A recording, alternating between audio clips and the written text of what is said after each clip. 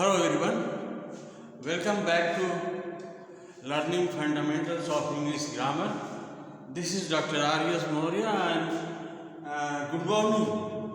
We are having today another chapter of grammar, adverbs of frequency. Adverbs of frequency. तो adverbs of frequency क्या होता है इसको हम जानेंगे क्योंकि इसलिए भी जानेंगे कि इसको हम बोलने और लिखने में हर वक्त यूज़ करते हैं। तो let's start adverbs of frequency. तो जैसे एडवर्ब्स ऑफ फ्रीक्वेंसी से ये पता लगता है कि सब्जेक्ट को कितनी बार रिपीट किया गया। एडवर्ब्स ऑफ फ्रीक्वेंसी से ये पता लगता है कि वर्ब को कितनी बार रिपीट किया गया। How many times verb has been repeated, तो दैट इज़ फ्रीक्वेंसी। जितनी बार वर्ब को रिपीट किया जाता है वो उसका फ्रीक्वेंसी होता है। जैसे एक एग्जाम्पल में हम आपको बताते हैं कि ही टेक्स मेडिसिन, वो दवा लेता है। ही टेक्स मेडिसिन, वो दवा लेता है। अब हम पूछे हाउ ऑफन, कितनी बार लेता है दवा, तो आप क्या कहिएगा? बहुत सारे डॉक्टर लोग बहुत सा उत्तर दे सकते हैं। वो इस तरह से दे सकते हैं कि वंस ए डे, दिन में एक बार, वंस ए डे, दिन में एक बार में। ही टेक्स मेडिसिन हाउ ऑफन, तो आंसर होगा वंस ए डे, दिन में एक बार। या ऐसे भी कर सकते हैं ट्वाइस ए डे, और ऐसे भी कर सकते हैं थ्राइस ए डे, दिन में 3 बार, दिन में 2 बार। और ऐसे भी कर सकते हैं कि once a day, twice a day, thrice a day, और रेगुलरली भी कर सकते हैं। अगर ये तीनों चीज़ नहीं बताना, स्पेसिफिक चीज़ नहीं बताना, तो ही टेक्स मेडिसिन रेगुलरली,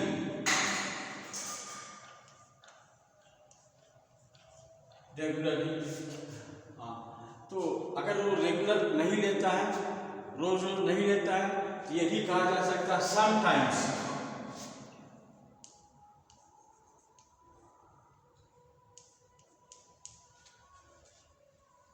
समटाइम्स, तो ये जो है ये क्या है? ये इसको कहते हैं एडवर्ब्स ऑफ फ्रीक्वेंसी। इसको बोलेंगे एडवर्ब्स ऑफ फ्रीक्वेंसी। क्यों एडवर्ब है? कि ये बताता है कि इसको कितनी बार रिपीट किया गया, किसको रिपीट किया गया, टेक्स्ट को कितनी बार रिपीट किया गया है, ये बताता है। 1 बार, 2 बार, 3 बार, बार बार, और कभी कभी ऐसे है। तो इसको बोलेंगे कि ये जो है एडवर्ब्स ऑफ फ्रीक्वेंसी, ये एडवर्ब्स ऑफ फ्रीक्वेंसी। और ये एडवर्ब्स ऑफ फ्रीक्वेंसी क्या होता है, कहाँ होता है, ये वर्ड्स आप यूज़ करते होंगे तो जानते होंगे। जैसे आप यूज़ करते होंगे always, regularly, usually, generally, often, frequently, sometimes, automatically, rarely, seldom, even, hardly, scarcely, ऐसे भी hardly, scarcely, ये आप बराबर यूज करते होंगे। और इससे ये पता चलता है कि ये वर्ड्स जो है कितने इम्पोर्टेंट हैं। तो हम आज इन्हीं के बारे में जानेंगे, ठीक। तो अब देखते हैं कि ये जो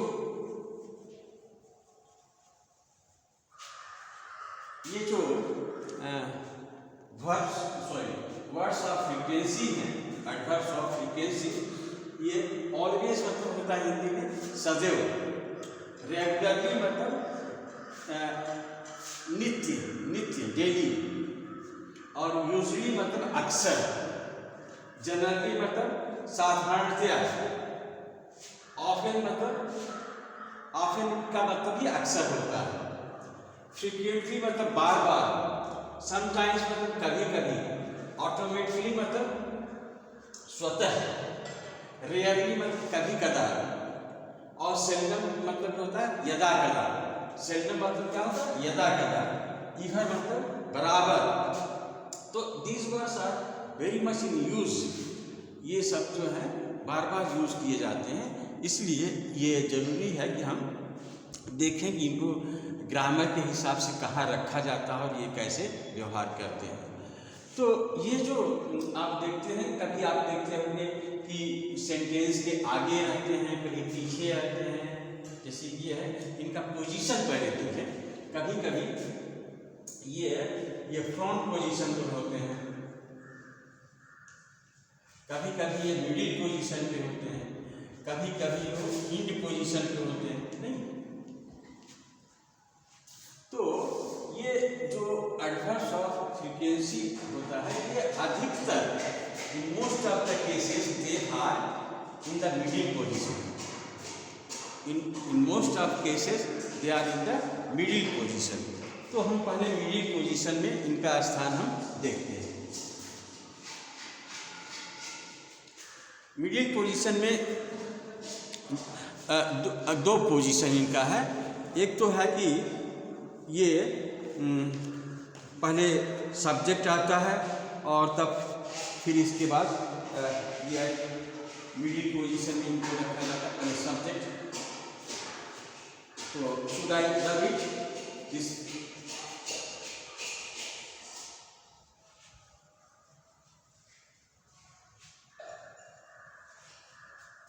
यस। तो मिड पोजीशन का इनका आप ये देखोगे कि मिड पोजीशन में कहाँ कैसे इस्तेमाल होते हैं।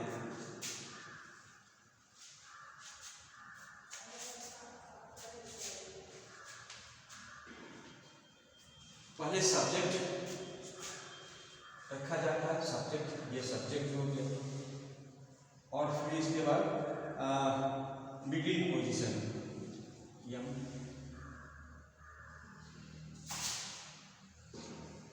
मतलब middle position adverb, middle position adverb यहाँ रखा जाता है। और फिर इसके बाद फाइनाइट वर्ब्स इधर आते हैं, फाइनाइट वर्ब्स इधर आते हैं।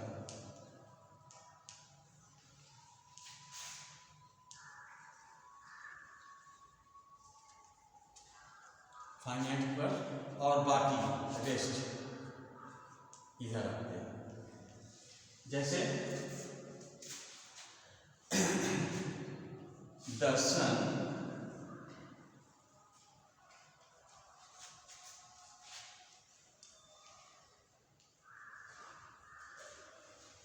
always rises. अब the sun always rises in the east, भी लिख लें सब, in the east।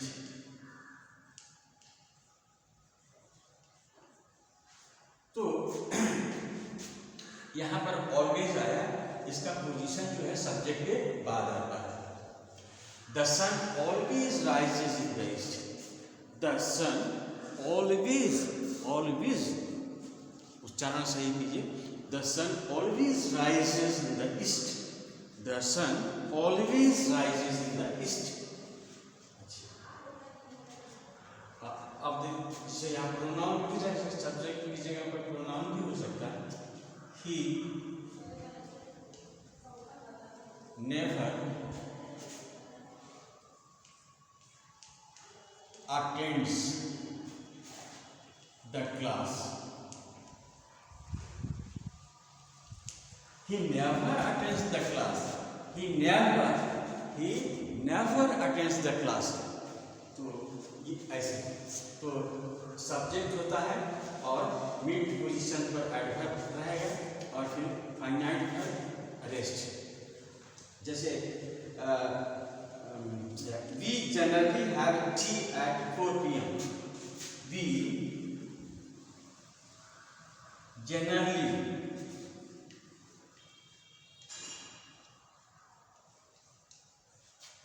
have tea at 4 PM। इसका क्या मतलब होगा कि हम जनरली मतलब साधारणतया 4 बजे चाय पीते हैं। वी जनरली मतलब most of the time, generally का मतलब हुआ मोस्ट ऑफ द टाइम हम लोग चाय जो है 4 बजे ही पीते हैं। तो we generally have tea at 4 PM। अच्छा, ईभर के बारे में बता दें। ईभर का जो है प्रयोग प्योर अफर्मेटिव में नहीं होता। इसका 2-3 हम यूज बताते हैं यहाँ पर ईभर का।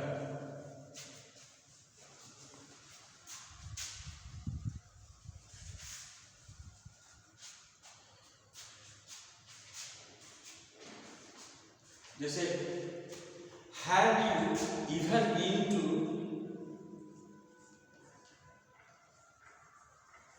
have you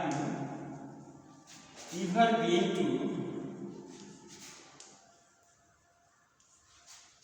England? Have you ever been to England? Have you ever been to England? क्या आप कभी इंग्लैंड गए हैं? जैसे एक बहुत बड़ा मिस्टेक होता है, जैसे ये बोला जाता है कि ही इंग्लैंड रिटर्न, वो गलत है।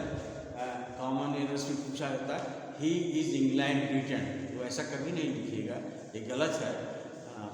बोलते ही हैं यहाँ लोग, उसको लिखना चाहिए he has been to England, सही है। और यहाँ पर लिखा have you ever been to England, क्या कभी आप इंग्लैंड गए हैं? Has you ever been to England, यहाँ question mark. Have you ever been to England, और एक yes.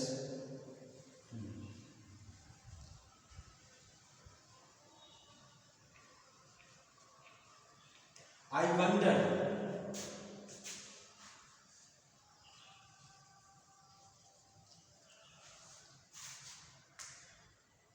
I wonder whether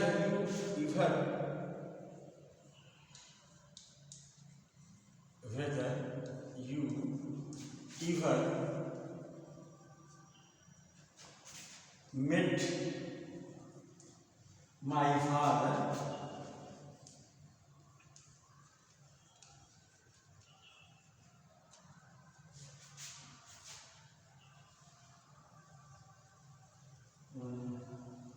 while you were in Nagaland, while you were in Nagaland,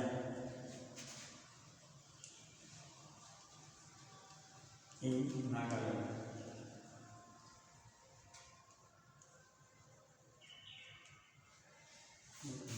क्या आप कभी मेरे पिता से मिले थे जब आप नागालैंड में थे? ऐसे तो ये कंडीशन बताता है। I wonder whether you ever met my father while you were in Nagaland, while you were teaching in Nagaland, like this. I wonder whether you ever met my father while you were in Nagaland. तो ये जो है conditional sentence है। और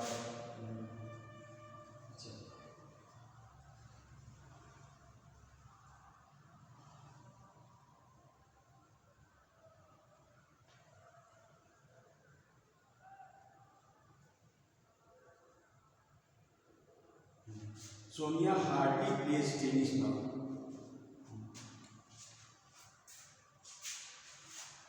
सोनिया मिर्जा, सानिया। तो ये दो stage पे आप जो है इसका प्रयोग कर सकते हैं। किसका? इवर का प्रयोग करते हैं। अब हार्डली का प्रयोग कैसे करते हैं? अच्छा, इसको बात करते हैं। तो हमने देखा कि ये आपको इसका पोजीशन देखा, एडवर्स ऑफ फ्रीक्वेंसी का। प्राय most of the time, most of the cases इसका स्थान मिडिल में होता है। मिडिल होता है। तो और मिडिल का एक स्थान और भी है, जैसे सब्जेक्ट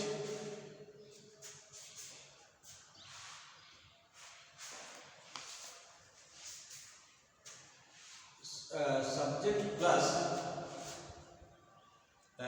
यहाँ पर हो जाएगा एनोमलस फाइनाइट, ये याद करते हैं उसको, anomalous finite may be plus not,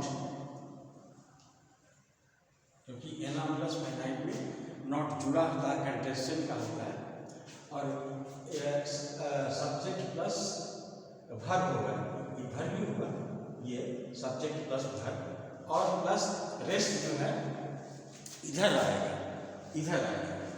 ये फाइनाइट वर्ब जो है यहाँ नहीं रहेगा, ये रेस्ट में आएगा, ये रेस्ट में आएगा। जैसे इसका उदाहरण देखते हैं, जैसे I am always busy, I am always busy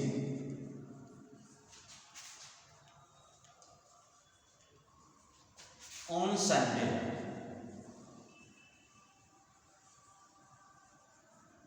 on Sunday, Sunday में मैं अक्सर बिजी रहता हूँ, ऑलवेज मतलब सदैव बिजी रहता हूँ। तो ये आई प्लस एन ये पहले आ गया, यहाँ आ गया, और इसके बाद इसका पोजीशन यहाँ है MP, और फिर इसके बाद जो बाकी रेस्ट यहाँ। जैसे और भी देख सकते हैं, आई कैन हार्डली इवर, देखिए इवर का फिर आया पोजीशन, इसको मिटा दें,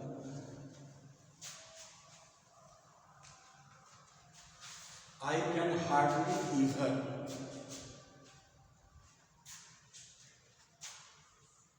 I can hardly इवर, I can hardly even hear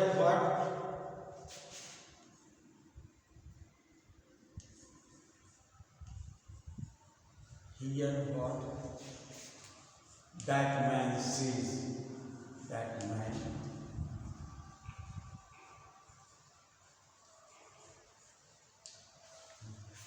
यहाँ पर देखिए ये पहले आ जाता है, फिर इसके बाद जो है फ्रीक्वेंसी वाला एडवर्ब आता है, और फिर इसके बाद नहीं सॉरी आई कैन हार्डली, ये आ जाएगा यहाँ, और भी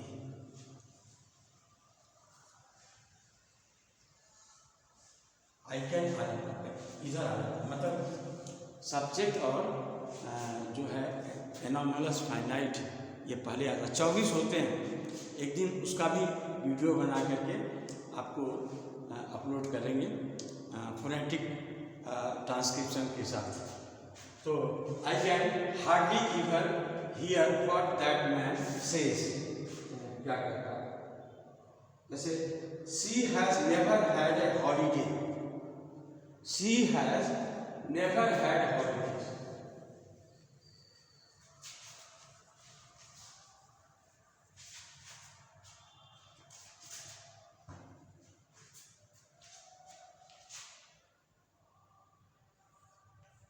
she has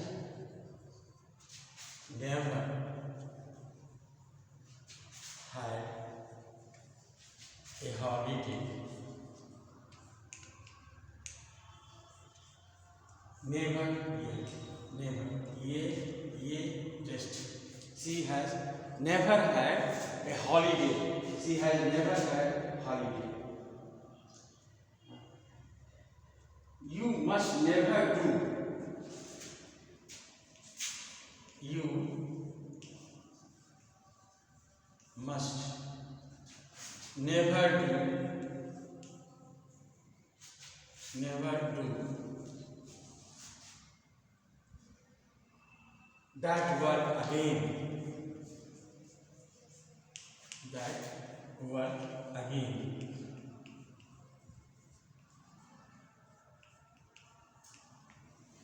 you must never do that word again. तो ये सब फ्रीक्वेंसी, एडवर्स और फ्रीक्वेंसी है।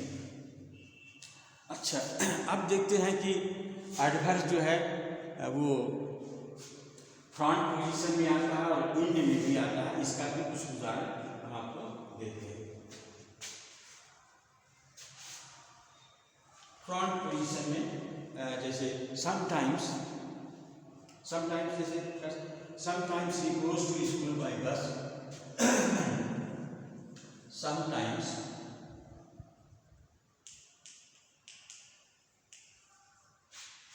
he goes to school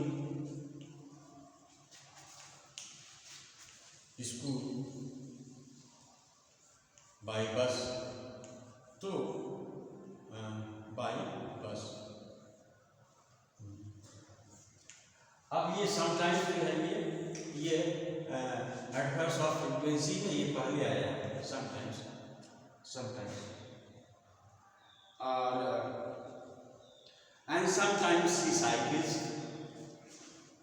अब इसमें जो and sometimes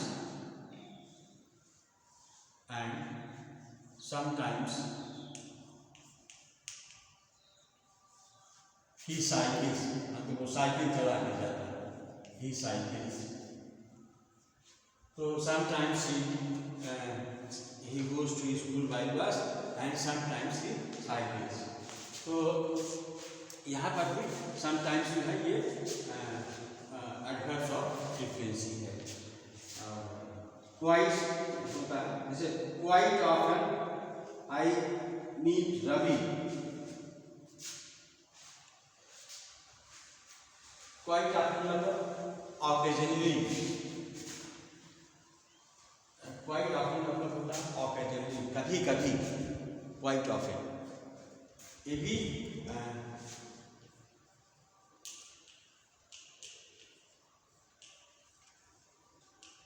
adverse of frequency है। ये quite often I meet Ravi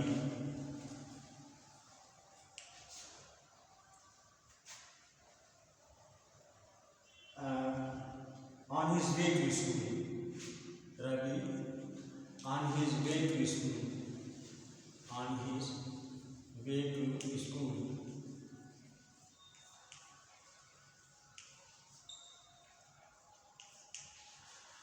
Quite often I met Ravi on his way to school। जब वो स्कूल जाता है तो कभी कभी हम रवि से मेरी मुलाकात हो जाती है। तो इसका मतलब है क्वाइट ऑफन मतलब occasionally and not always. Quite often means not always, हर समय नहीं, बल्कि ऑकेजनली, अवसर पर, कभी किसी अवसर पर। Where he was on the way to school I used to meet him. जब वो स्कूल में जाता है तो उसमें। अच्छा, and then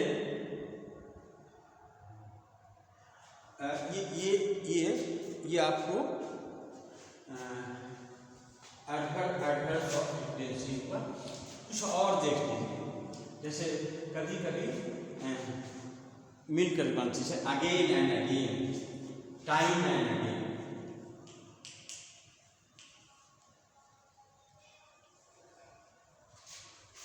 time and again.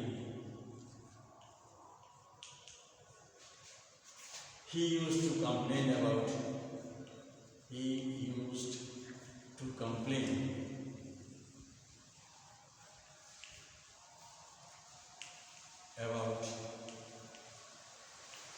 his studies। Time and again का मतलब होता है कि समय समय पर, टाइम एंड अगेन समय समय पर, समय ये भी फ्रीक्वेंसी है, adverbs of frequency. Time and again he used to complain about his studies. तो ये आपने देखा कि एडवर्स ऑफ फ्रीक्वेंसी है और ये कैसे यूज होता है और कितने तरह के एडवर्स ऑफ फ्रीक्वेंसी होते हैं। ये is useful because we always use them. Always भी क्या है, वो भी एडवर्ब्स ऑफ फ्रीक्वेंसी है, तो हम इसको बराबर यूज़ करते हैं। ग्रामर के पॉइंट ऑफ व्यू से ये भी बहुत इम्पोर्टेंट है। Guys, this is all for today, but you have to support, you have to subscribe, comment, share, and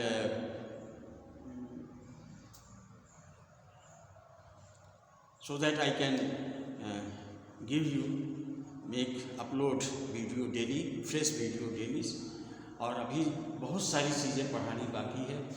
ये एक रिसर्च है, ये कोई छोटा मोटा चीज़ नहीं है। What ever I uploaded till now, वो तो एक ट्रेडिशनल ग्रामर है, अभी बहुत दिन तक चलेगा। ये तो 5% भी नहीं हुआ। बहुत रिसर्च की चीज़ें हम आपको बताने वाले हैं कि लैंग्वेज में क्या क्या चीज़ें हो रही हैं, क्या रिसर्चेस हो रहे हैं, और किस तरह से हम इसको और पढ़ने का मतलब ये नहीं कि हिंदी में, हिंदी तो देखिए, हिंदी सिर्फ इसलिए है कि आप उसको थोड़ा सा समझ लें। But when you are learning English, you have to make up your mind that you will grasp English, you will listen English, and you will read English, you will write English. Only then you can understand and you can speak English. So there is no way out. पढ़ना तो पढ़ना ही नहीं, पढ़ना तो आपको है ना, तो हम आपको तो सहयोग दे रहे हैं, तो आप इसमें आइए, जुड़िए, बहुत फ़ायदे में रहिएगा। तो that's all for today. Again we are coming with new chapter. Thank you.